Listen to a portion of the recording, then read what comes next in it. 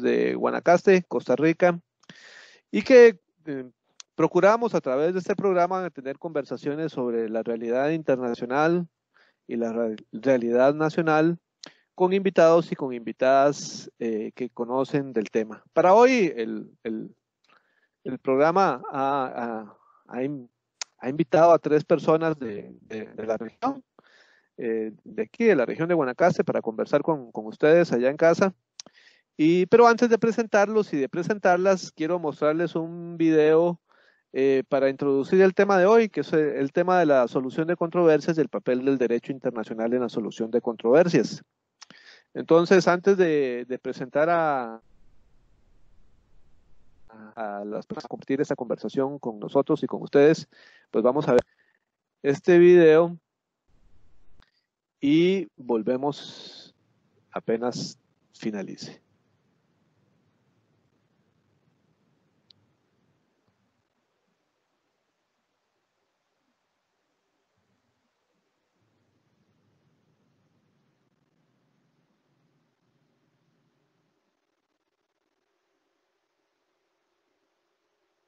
El ministro de Agricultura, Renato Alvarado, y la ministra de Comercio Exterior, Diala Jiménez, comparecieron una vez más por el caso del aguacate Hass.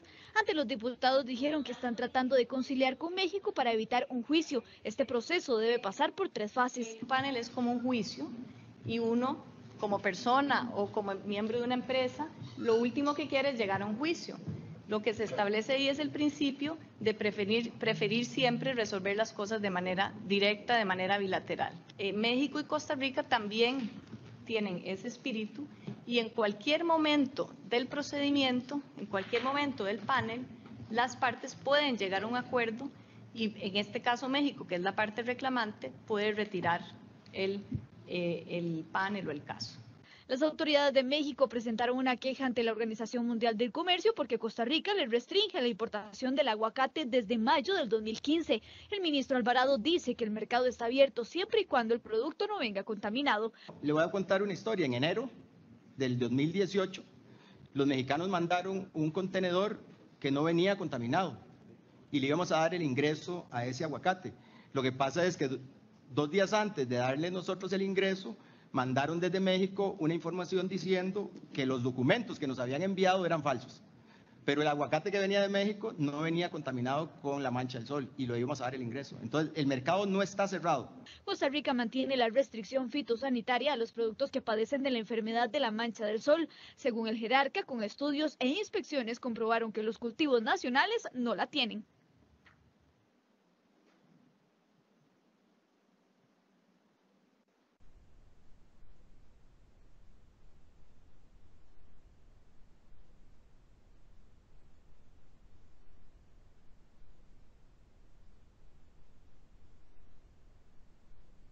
Está silenciado.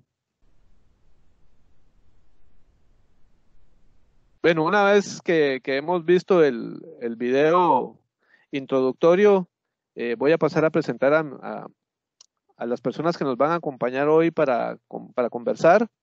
El tema que vamos a compartir hoy es el tema de la solución de controversias entre estados y los medios que existen para solucionar esas controversias, y para eso hemos invitado a 3 personas.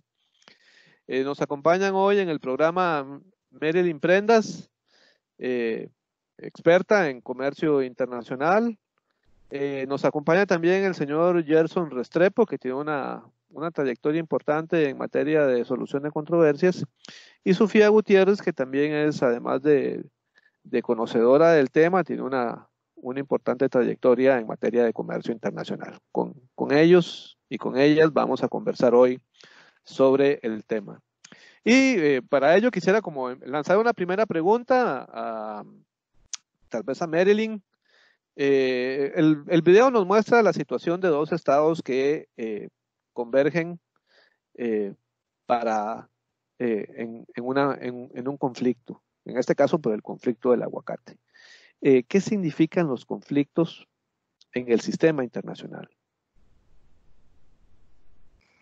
Bueno, en el sistema internacional los conflictos vienen a ser como para fortalecer el comercio internacional, ya que si bien es cierto, estar exportando e importando adquiere los países experiencia para seguir en el rol. Sin embargo, los problemas que se den, como en este caso en el aguacate Hass, que se suponía venía con una plaga a Costa Rica y pues sea lo que es el conflicto internacional con México, lo que viene es a fortalecer el medio del comercio en que se está exportando, ya que esto permite que se den mejores análisis en lo que es en el ámbito fitosanitario para regular mejor los productos que van a ingresar, no solo de México, sino de otros países, que lo vean como un ejemplo para fortalecer lo que es estas medidas, ya que si bien es cierto, hoy en día se utilizan muchos químicos, productos en la parte de la agricultura específicamente,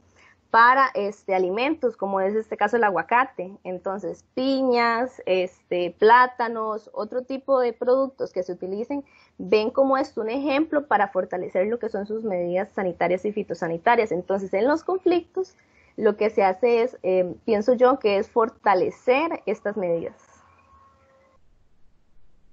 Ok, siguiendo lo que usted nos dice, el sistema internacional es el medio en el cual los estados interactúan y una de esas interacciones es sus relaciones comerciales, ¿no? Las relaciones comerciales sintetizadas entre el conjunto de bienes, productos y servicios que se exportan o que se importan y que en esa condición los estados fortalecen su posición internacional, pero también pueden ser escenario de controversias comerciales, ¿no? Gerson, quizás nos podrías ampliar qué es una controversia comercial y qué implica eso para los estados, para los países. Bueno, una controversia básicamente es como una diferencia a los, por decirlo así, principios que puedan tener o ya acuerdos preestablecidos que tengan los estados. Como dice Marilyn, es las controversias en sí a la hora de llegar a un acuerdo después del problema, digamos, ayuda a mejorar a los estados debido a que con estas medidas sanitarias o fitosanitarias eliminan, por ejemplo, en este caso, enfermedades o productos que pueden ser malos para la población y así. Me desvío un poco, pero la controversia en sí es eso, es como las diferencias que pueden tener los estados, pero siempre buscando un bien común en el ámbito internacional. Ahí Muy bien, gracias, Gerson. Ajá, sí, creo que Sofía, ¿no? No, yo, Marilyn, quisiera agregar algo.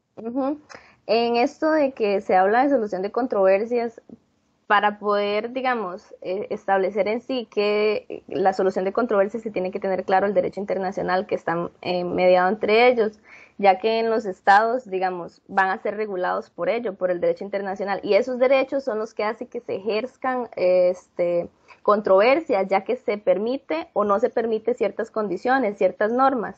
Entonces, como que el derecho internacional trata de regular las relaciones en los estados, como en el caso de México y Costa Rica. Se ingresa el derecho internacional que se puede o no se puede hacer con lo que es el aguacate Hass. Entonces ahí es donde se da un conflicto, por ende una solución de controversias que se tiene que arreglar por medio del derecho internacional. Cabe resaltar que es muy bien. Por el medio de la paz, por el medio de no llegar a un conflicto más grande como por ejemplo, en este caso no es casi imposible, pero como una guerra, el punto es evitar un conflicto más grande, sino hacerlo siempre por la paz, por un buen término. Okay, entonces podríamos decir que la aparición o el surgimiento de controversias comerciales o de una controversia comercial aparece cuando uno de las partes o un estado siente que está disminuyendo sus intereses o que ve afectados sus intereses por la acción de otro estado, o porque hay una violación a ciertas normas de comportamiento entre los estados que se identifican como daños a la integridad o a los intereses de un estado, ¿no? Podríamos decir que que la aparición de controversias tiene esa característica, ¿no? Cuando un Estado siente que sus intereses están siendo dañados, o cuando siente que una norma que regula la relación entre dos Estados está siendo violentada. Sofía, en ese contexto, digamos, pasando al plano comercial, ¿cuáles son los medios cuando aparece una controversia que los Estados tienen para solucionarla, como dice Gerson, de manera pacífica, ¿verdad? Uno podría solucionar un conflicto a la fuerza y vence por lo general él o la que es más fuerte, pero cuando se intenta solucionar por medios políticos o por medios pacíficos, ¿cuáles son los mecanismos que existen a nivel internacional para que los estados puedan recurrir a una solución distinta al uso de la fuerza? Sí, bueno, dentro de los principales que destacan es el arbitraje, el cual se basa por medio de lo que la ley manda, o sea, se fija de lo que el derecho internacional dice. Entonces, cuando surge una controversia entre dos o más países, el arbitraje llega a ser un tercero de por medio, que por medio del derecho internacional viene a dar una resolución pacífica por medio de la ley. También destacan otros tipos de medios, como es la conciliación, la mediación también, y el arreglo judicial. Serían esos, más que todo. Muy bien, Gerson, el arbitraje, ¿en qué consiste? ¿Cómo podríamos definir el arbitraje para las personas que están escuchando el programa Verdades a Medias y que conocen poco o saben poco del tema? ¿Qué podríamos definir que es un arbitraje? Básicamente, un arbitraje es como que un tercero dé como la solución a la controversia que entre dos estados, en este caso, puedan tener. Estos estados previamente deben aceptar que van a aceptar lo que dicte este árbitro, en este caso, digamos. Muy bien, podríamos decir entonces que el arbitraje es el mecanismo que busca solucionar una controversia, un conflicto, un diferendo entre dos estados o más, con la ayuda de una tercera parte, digamos, de un tercero o de una tercera, y que además se someten a las decisiones, ¿verdad? Se acuerdan voluntariamente aceptar la resolución que tenga esa tercera parte, la cual han convocado para solucionar la diferencia. Ahora, Marilyn, ¿cómo opera eso? Por ejemplo, en el caso de Costa Rica, si pudiéramos ver el caso de Costa Rica y México, ¿cuál es el procedimiento que hay o que existe para que, digamos, países como Costa Rica y México u otros opten por el arbitraje? ¿Cómo funciona? Sí, bueno, hay dos métodos en cuál funciona el arbitraje, es el operativo o el facultativo. En el facultativo, bueno, se explica así en que entre potencias mundiales, por ejemplo, cuando resulta un conflicto o una controversia internacional, tienen la facultad de decir, por ejemplo, el procedimiento por el cual se puede elegir ese árbitro que va a mediar entre ellos, o ese tercero. En países como Costa Rica y México opera más el operativo, ya que en este caso se elige un árbitro, el cual va a escuchar ambas posiciones y tiene la facultad, él sí tiene la facultad de poder tener un argumento ante el suceso hecho en el que está, en la controversia. En este caso, este árbitro es elegido, mas sin embargo no pertenece a ninguna de las dos naciones, por ejemplo, ni Costa Rica ni México. Este es elegido de otro país que tenga una visión analítica, crítica diferente, en el cual llegue a escuchar la solución de controversia y exponga por medio de esto una solución. Muy bien, y teniendo claro que hay dos tipos de arbitraje y que los estados se someten voluntariamente, ¿cuál es el procedimiento? Le quisiera preguntar a Sofía, eh, para que dos estados o más estados elijan al, al árbitro. ¿Cómo se elige un árbitro? Sí, bueno, en este caso, cuando surge la controversia y está antemano llegar a un arbitraje, existen muchos tipos de arbitraje, así como lo mencionaba la compañera Marilyn, está el facultativo, que como lo dice, pues entre las dos partes que están en discordia, pues tienen la libertad de escoger el tipo de mediación, en ese caso el arbitraje. Pero también existe otro tipo de arbitraje que es el obligatorio, que este viene estipulado en una cláusula de compromisoria. ¿Esto qué quiere decir? Que dentro de estos dos países, cuando realizaron un contrato o un tratado, viene estipulado que si llega a suceder cualquier tipo de controversia, sea comercial, económica, política, etcétera, entre todas las demás, pues siempre se va a llegar al arbitraje obligatorio. Muy bien, entonces podríamos decir que no siempre los estados pueden escoger el árbitro. Si ya hay un acuerdo, ¿verdad?, previo a la controversia en el cual los estados se someten antes de escalar a digamos, a un tribunal, resolver el problema o la controversia por medio de un arbitraje, pues ya, digamos, estaría el convenio dando los mecanismos y los procedimientos para solucionarlo. Pero si no existe un convenio, pues está la manera en que los estados acuerdan mutuamente escoger una parte, ¿verdad? He visto casos a nivel internacional donde, por ejemplo, el Papa ha sido mediador, ¿verdad? O árbitro de un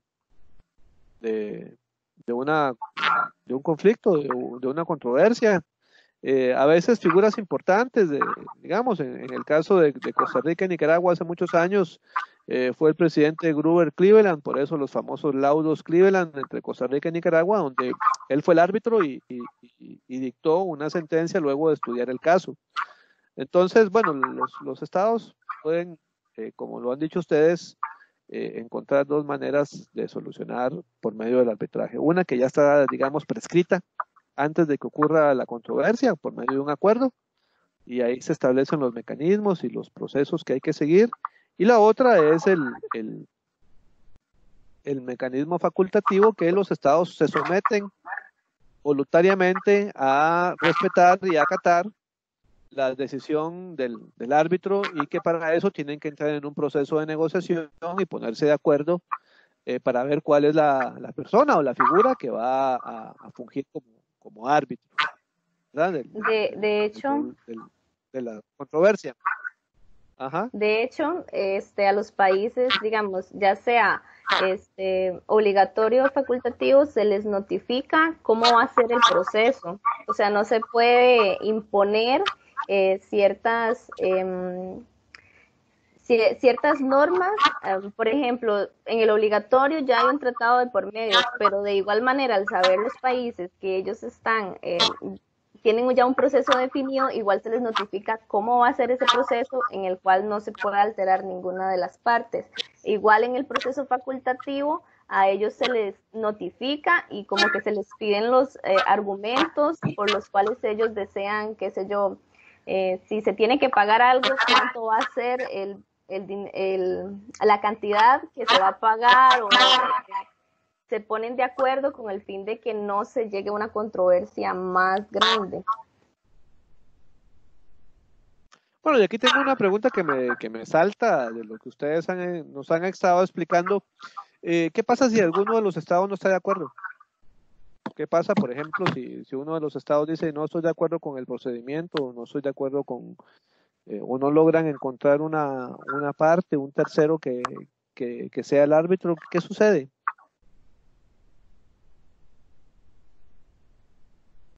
No sé, Gerson, Sofía, tal vez nos puedan ayudar.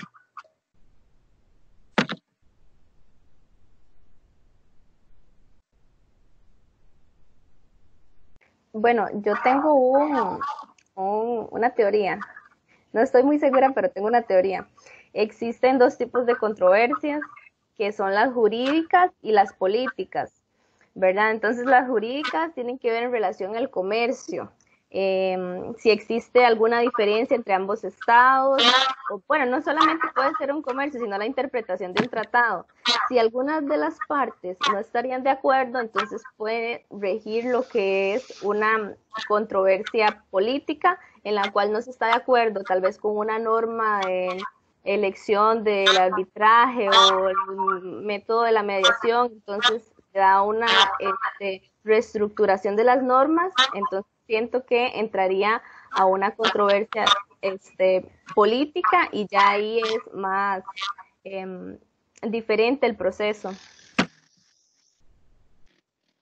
Ok, quiero decir, siguiendo la explicación que Marilyn nos da, no sé si alguien más va a opinar, pero si las partes no están de acuerdo con uno de los procesos o de los mecanismos o incluso del tercero o de la tercera que va a resolver, creo que una posibilidad está seguir negociando hasta que encuentren a alguien. Si no, como dice Marilyn, el conflicto puede escalar de forma positiva en el sentido de que entonces se hace una demanda internacional ante ante un proceso judicial ya internacional como la Corte Internacional de Justicia, o puede escalar, digamos, de otra forma que no es la que todos desean, o todas desean, que es una serie de acciones políticas que obligan a los estados a escalar, en el sentido de que, por ejemplo, si no logran encontrar el mecanismo para solucionar, pues los estados van a empezar a hacerse daño mutuamente, establecer algún tipo de impuesto, algún tipo de sanción, intercambios políticos a nivel diplomático más fuertes, ¿verdad? Y eso va llevando una tensión más fuerte entre los estados porque no lograron solucionar antes, ¿verdad? Eso es como los dos caminos. Pero creo que algunos estados lo que optan cuando no hay un acuerdo que les obligue, porque si no cumplen y si no se someten, pues hay una sanción. Cuando hay un acuerdo que establece cuáles son los pasos, cuando los estados no logran conciliar de esa manera los procesos, pues sí recurren a sanciones y a mecanismos para obligarse, para hacerse daño mutuamente. Y en este contexto, sí. Así, lo más común, Marilyn, lo más común es que se llegue a lo que es o sea, que se siga en el proceso hasta que lleguen las dos partes y ambas sean beneficiadas. Casi siempre es eso, uno tiene más beneficios que el otro, pero casi siempre cuando no están de acuerdo con el proceso, como dijo usted al inicio, siguen en la parte de... Bueno, siguen viendo los hechos, los argumentos, aunque no estén de acuerdo, siguen trabajando en eso hasta que alguno salga beneficiado o ambos. Muy bien, bueno, uno de los mecanismos que conocimos ahora rápidamente es el arbitraje, y el otro es un mecanismo, digamos, que se somete a un proceso judicial, que es la estrategia de recurrir a un tribunal, ¿verdad? Y en este caso, pues, me gustaría que tal vez alguna o alguno de ustedes me contaran un poquito cuál es el mecanismo internacional más utilizado como global, ¿verdad? Que es la Corte Internacional de Justicia. ¿Alguien quisiera referirse a la Corte? ¿Qué es? ¿Para qué sirve? ¿Dónde está ubicada? No sé, tal vez Sofía nos pueda ayudar a conocer un poquito más la Corte Internacional de Justicia. ¿Qué es y para qué sirve? Sí, bueno, la Corte Internacional de Justicia, pues su principal función pues es resolver por medio de las sentencias todas las disputas que se suscitan entre las partes o los estados. También esta se encuentra ubicada en los Países Bajos y su sede es el Palacio de la Paz en La Haya. Entonces, este es el órgano supremo que se encarga de velar para que la solución de controversias pues, se den a cabo y se puedan resolver de la mejor manera. ¿Todos los estados pueden acceder a la corte? Gerson.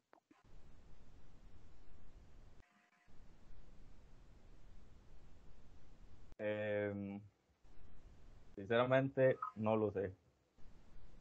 Yo diría que no sé si hay como hay que formar parte, algo así, por ejemplo, como la OMC, pero no estoy seguro.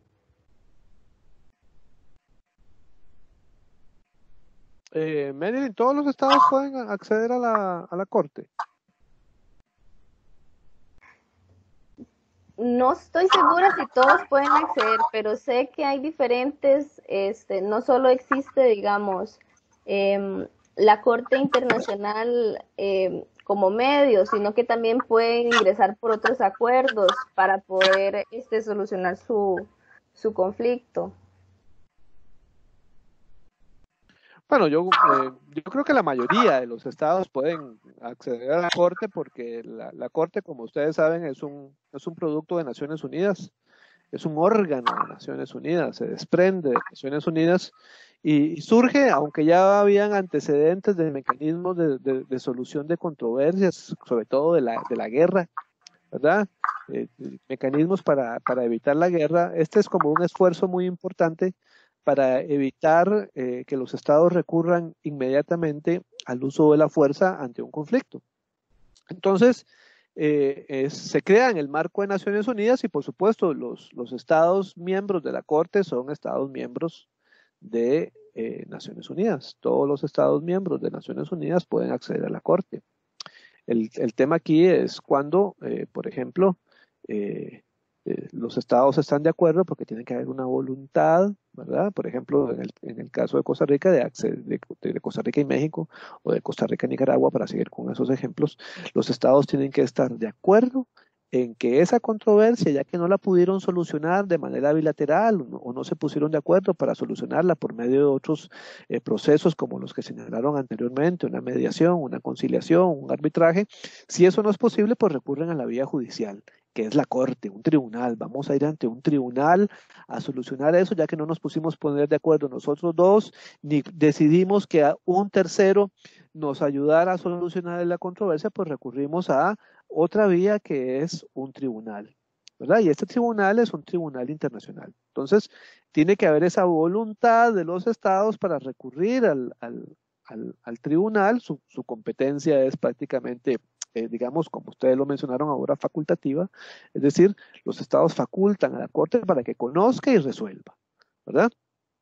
Entonces, ¿qué tipo de controversias recibe la Corte? Puede recibir cualquier tipo de controversia.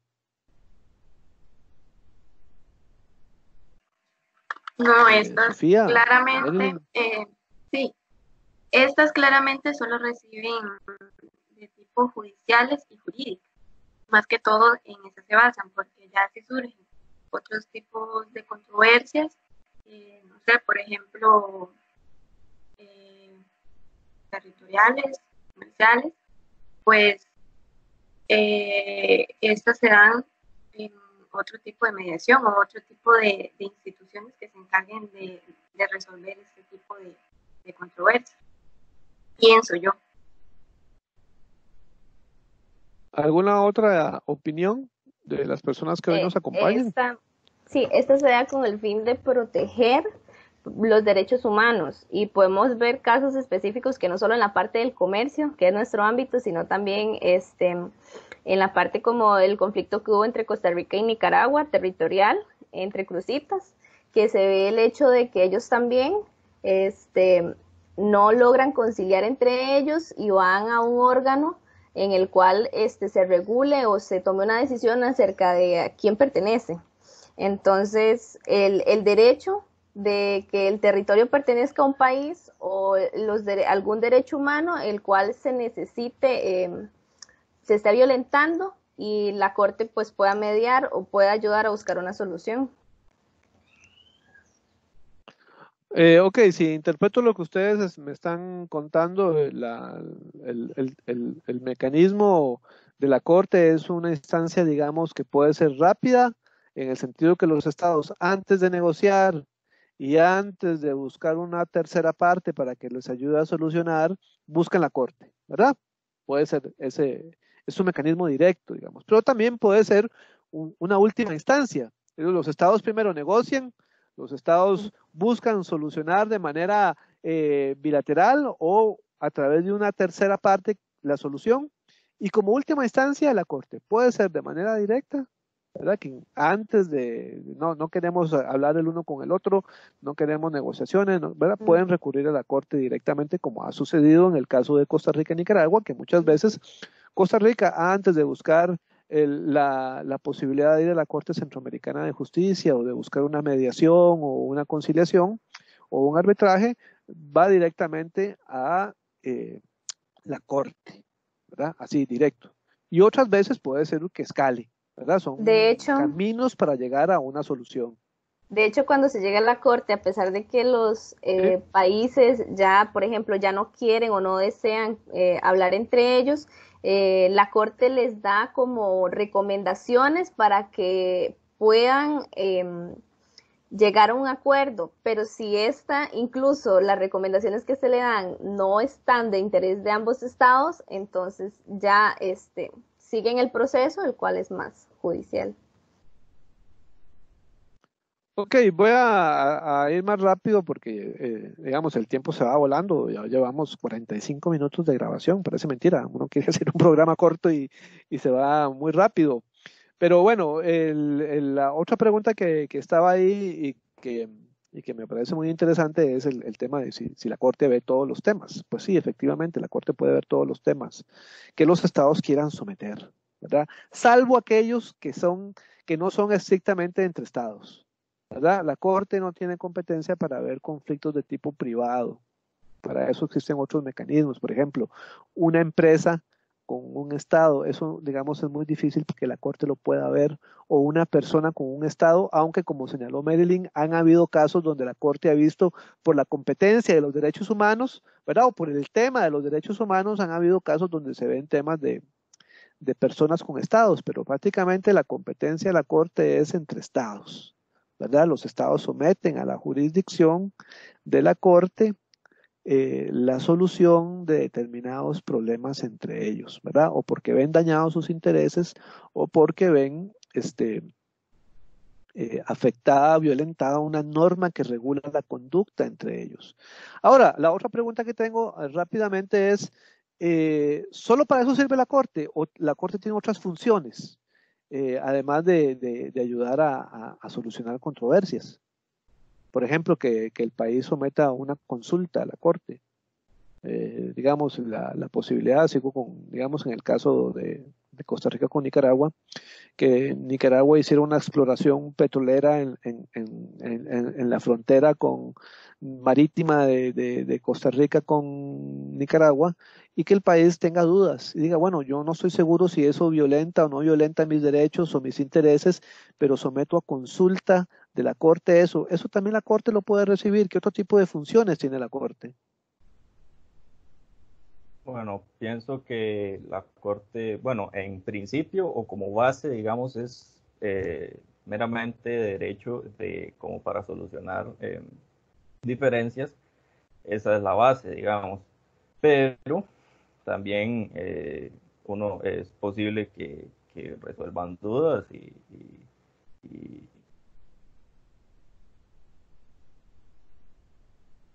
Pues sí, efectivamente, la Corte tiene una función consultiva. Sí, Hay situaciones en que los estados... Ajá, sí, claro, Marilyn. De hecho, como lo mencioné antes, uno puede consultar y ellos le dan ciertas recomendaciones. Poseen 3 idiomas, creo que es español, inglés y francés, creo, en el cual por medio de la secretaría se pueden consultar y ellos, bueno, ya al momento de consultar ya ellos saben que está existiendo algún conflicto y pues lo van por ese medio se van informando acerca de qué es lo que va sucediendo, si se altera o no se altera, o si ya la Corte tiene una preparación previa. Es como más o menos Muy para bien, ir sabiendo cómo proceder ante X situación que pueda presentar entre estados o diferencias. ok, y la penúltima pregunta, ¿cómo se integra? Porque en el caso del arbitraje habíamos hablado que los estados se ponen de acuerdo para nombrar a al tercero, a la tercera parte, al tercer involucrado que va a actuar como árbitro. Pero en el caso de la corte, ¿cómo se nombran los jueces o las personas que van a resolver? ¿Cuál es el mecanismo que existe para nombrarlo? O nombrarlos.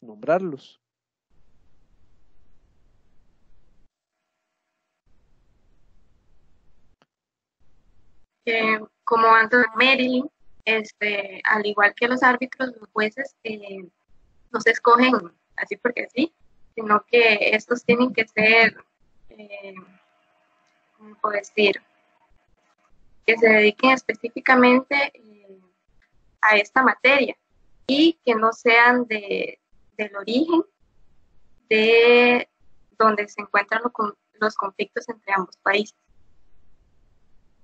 Muy bien, eso está muy bien. Digamos que un juez o una jueza no puede ser, digamos, del país que tiene el interés porque podría, digamos, no se puede ser juez y parte. Y segundo, efectivamente tiene que ser, digamos, especialista en el tema. Y lo otro que es importante recordar es que como es un órgano de Naciones Unidas, ¿verdad? Los jueces y las juezas a la hora de ser nombrados y nombradas como parte de este tribunal internacional son elegidos por dos mecanismos o dos discusiones, una que tiene que ver con la Asamblea General y otra que tiene que ver con el Consejo de Seguridad, ¿verdad? Son las discusiones que hay en Naciones Unidas para nombrar los jueces, para nombrar las juezas. De hecho, Es un procedimiento que hay ahí. los ¿Sí? estados que están en conflicto o los sujetos al conflicto, ellos no tienen derecho de veto ante la elección del juez. Exactamente, sí, eso el tribunal se nombra por la Asamblea General, que pareciera que es digamos, una elección más libre y con consultas al Consejo de Seguridad.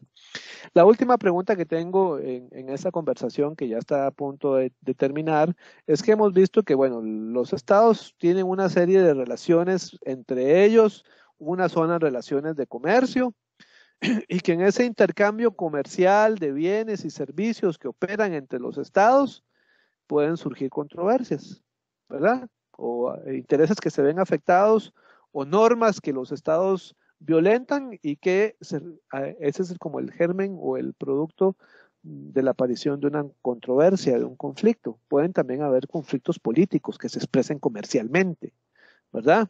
El impuesto que en algún momento Nicaragua y Costa Rica se han puesto mutuamente al paso de los bienes en las fronteras no obedece a un tema comercial, obedece a un tema político que está vinculado a la delimitación territorial de los países, ¿verdad? Puede ser un problema político que se exprese comercialmente, pero digamos que en general podríamos decir eso.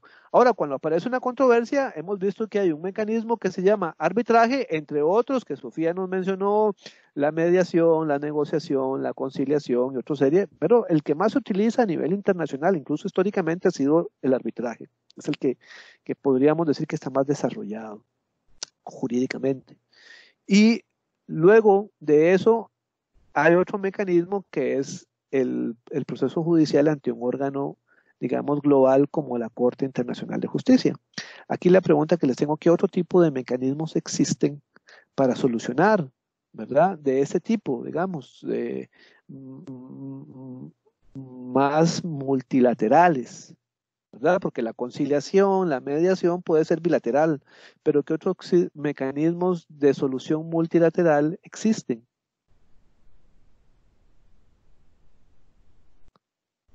¿Verdad? Como En relación, tribunales. ajá, en relación a una lectura que hicimos, mencionaba que el hecho de que existiera solo la Corte Internacional, que se ubica, bueno, que es parte también de la Haya, el Pacto Locarno existe como medios para acceder y poder resolver conflictos. Bueno, entre otros, no sé mis compañeros si tienen algún otro medio.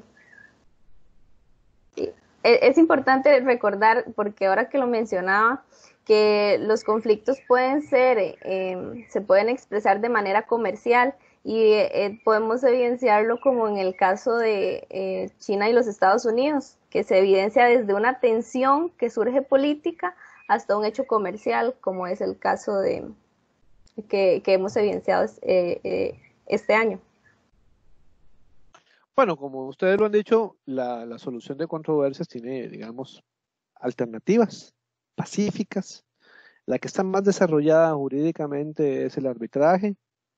Tiene una enorme tradición, como esos pactos que ustedes mencionaron, los de Locarno, es decir, tiene un sustento jurídico internacional, incluso hay cartas y hay convenios internacionales sobre arbitraje que le dan una solidez y quizás por eso es como un mecanismo que está muy consolidado a nivel internacional, pero también los tribunales han empezado a aparecer, además, otros tipos de tribunales que no son el Tribunal Internacional de Justicia o la Corte Internacional de Justicia, como son los tribunales comerciales de corte de carácter internacional que creó Inglaterra, o el Tribunal del Centro Financiero en Dubái, o el Tribunal Internacional de Controversias en Qatar, el Tribunal que se llama el Tribunal del Mercado Global que está en Abu Dhabi, el Tribunal Comercial Internacional que está en Singapur, la Corte Comercial que está, digamos, teniendo un auge muy fuerte, impulsada básicamente por China. Hay otro tipo de tribunales, además del Tribunal Internacional de Justicia, este órgano de Naciones Unidas. Otros países han venido creando tribunales internacionales y los países se someten a esos tribunales para solucionar sus controversias, ¿verdad? Y además de eso hay otro tipo de tribunales o de mecanismos como el que no es un tribunal, pero es un mecanismo de solución de controversias que es el que tiene la OMC, ¿verdad? Hay otro tipo de mecanismos que son los mecanismos que tienen los tratados de libre comercio para solucionar una controversia. No es un arbitraje, no es una mediación, no es un proceso judicial ante la corte, ¿verdad? Es un mecanismo propio que tienen los tratados para solucionar las controversias o las soluciones de controversias regionales, como el tribunal que tiene Centroamérica. Bueno, no es un tribunal, aunque Centroamérica tiene una Corte Centroamericana de Justicia que recibe y atiende controversias entre los países, y además de ese tribunal tiene en el sistema de integración centroamericana, el sistema de integración económica tiene un mecanismo de solución de controversias entre los países de Centroamérica. Solo ven controversias entre los países miembros del sistema de integración. Lo mismo sucede en Mercosur. Pero adelanto esto, ya casi le doy la palabra. Adelanto esto porque esa es una conversación que vamos a tener la próxima semana, ¿verdad? Sobre los mecanismos que vamos a ir desarrollando, los del Tratado de Libre Comercio, los que tiene el sistema de integración, pero me iban a decir algo. Sí, como en el caso de Argentina, que se crea un tribunal, ya que Argentina ha sido uno de los países en los que más ha sido demandado por controversias que han ejercido su país. Entonces, dado ese hecho, se crea un tribunal con el fin de resolver los hechos, como decirlo de alguna manera, en casa, en el cual ellos puedan llegar a una solución. Y por ese motivo muchos países también han creado sus tribunales o organizaciones para poder llegar a un acuerdo de manera más rápida.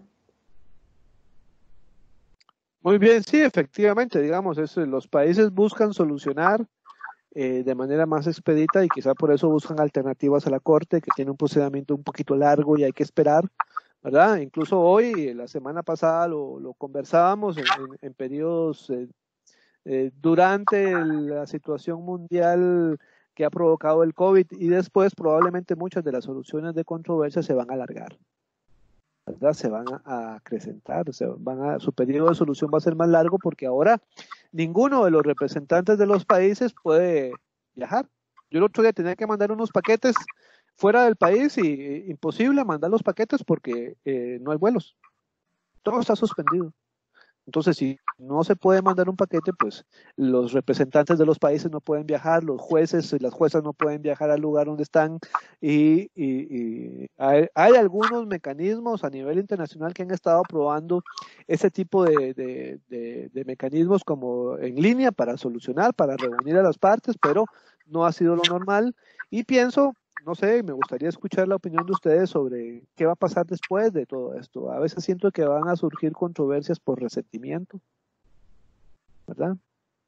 Digamos, el resentimiento que Italia y los países del sur de Europa tienen ahora con Europa, ¿verdad? Por la ayuda que hay un debate entre los países del sur, ¿verdad? España, Italia, Grecia, todos esos países que están ahí en el sur Mediterráneo y los del norte, Alemania, Francia, todos esos países, un enorme debate y alejamiento entre ellos por el tipo de apoyo o de ayuda que van a recibir los países y las controversias podrían surgir por resentimientos. Ahora que, ¿se acuerda cuando usted no me quiso ayudar? Ahora ¿verdad? Pienso que, ¿cómo ven ustedes el panorama internacional ahora y después del COVID en materia de aparición o de surgimiento de controversias? ¿Cómo lo ven?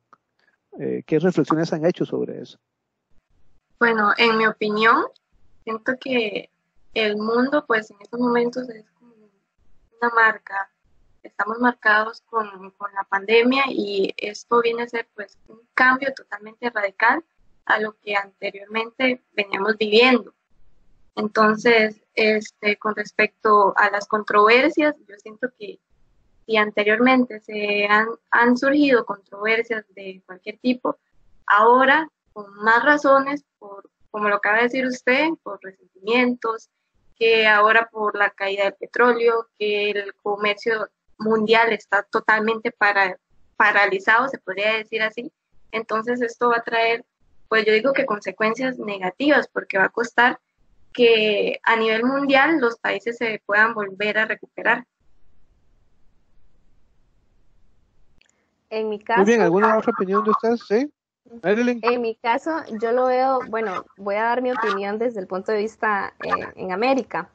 Creo que hemos sido países centroamericanos y bueno, también del sur, muy poco visibles para los Estados Unidos. Ahora Estados Unidos está afrontando una crisis bastante grande a pesar de que llevamos, si acaso 2 meses desde que llegó la pandemia y ahora podemos ser visibles para ellos desde el punto de vista de adquirir productos, desde el punto de vista de ser refugio de materias primas, ya que los países van a estar reestructurándose.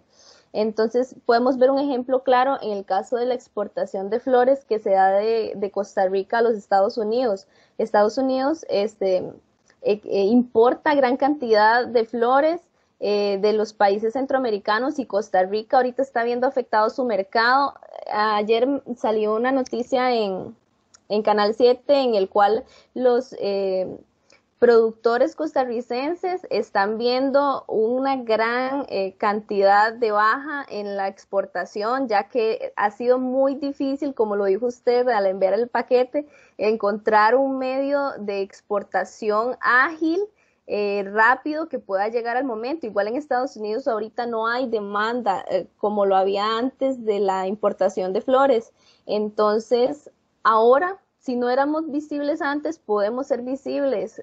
Costa Rica y otros países centroamericanos y del sur pueden empezar a reestructurar su exportación, pero esto no va a ser rápido, va a requerir de al menos algunos años para que se pueda reestructurar los países y volver a exportar. Sin embargo, viéndolo desde el punto de vista costarricense, mencionaban ayer en una, no recuerdo el nombre, estaba viendo una discusión que se tenían unos economistas en el cual mencionaban que Costa Rica tiene la ventaja de que esta crisis no solo tener una vía de exportación, sino que tenemos varias. Costa Rica ha tenido una visión amplia acerca de no exportar solo a algún destino, como lo es Estados Unidos, sino también exportar a China, a otros países, tener variedad de diversificación de productos, como lo son los productos médicos, no solo agrícolas. Hemos tenido una visión amplia, entonces siento que Costa Rica puede reestructurarse. Sin embargo, esto va a requerir de años, ya que somos un país pequeño y la afectación puede ser grande. Ahorita se está viendo grande, dentro de algunos meses puede ser un poco más amplia, pero se va a poder lograr. Muy bien, si no hay alguna otra opinión al respecto, les agradezco Bueno, muchísimo que hayan aceptado sí, Gerson. No sé si se escucha, estoy teniendo problemas de Wi-Fi. Sí, te escuchamos bien. Pienso que la primera o la mayor el mayor conflicto que va a existir son las masivas demandas que va a tener el país de China, debido a que se cree que el COVID-19 es un arma biológica. Entonces, muchos países están ahorita atacando a China, criticándole que por negligencia el mundo se paralizó, y también las pérdidas millonarias que están teniendo todos los países. Inclusive se dice que las demandas hacia China van aproximadamente a 20 billones de dólares, lo cual es una cantidad mayor al PIB de China. China podría, si pierde todas estas demandas, si sale perjudicado, podría quedar como el gran perdedor de todo esto, suponiendo que todo fue su plan o su idea, atacar así a la población, podría decirse de esta forma. También se plantea que se puede llevar a que la ONU se plantee una necesidad de una policía sanitaria internacional para ver todos estos casos, por ejemplo, de los laboratorios de virología en China o en todo el mundo. Sí, una especie de organización como la organización. Hay un acuerdo sobre ese tipo de mecanismos de producción, desarrollo y almacenamiento de armas bacteriológicas. Hay todo un tratado, y ver si el caso de China cabe ahí, sí, se ha estado discutiendo. Y además me parece que hay también como mecanismos como los que está señalando Gerson, que dicen que se quisiera hacer como toda la supervisión internacional que se hace en aquellos países que desarrollan energía atómica, ¿verdad? Misiones internacionales que van y revisen las condiciones en que se están, cuáles son los países que están comprando uranio, cuáles son los países que están comprando determinados materiales. Ese tipo de supervisión, hacerla en el campo, digamos, del desarrollo de ese tipo de componentes bacteriológicos para la probable producción de armas, ¿verdad? Bueno, eso es toda una discusión internacional que hay. Y si no hay ninguna otra opinión, les agradezco. Se nos fue una hora de conversación. Les agradezco mucho el esfuerzo que hacen por conectarse, por por prepararse para la conversación. Y les recuerdo a las personas que siempre nos ven, les agradezco primero que vean el programa. Verdades a Medias es una propuesta de radio por medios audiovisuales, que intenta tener una discusión de lo que vamos leyendo semanalmente a la luz de la realidad internacional, con participación de estudiantes, para tener una conversación más cercana. Les agradezco a ustedes que se hayan anotado a esta conversación, y bueno, les deseo un fin de semana bonito allá en sus casas. Muchísimas gracias y nos vemos en la próxima edición.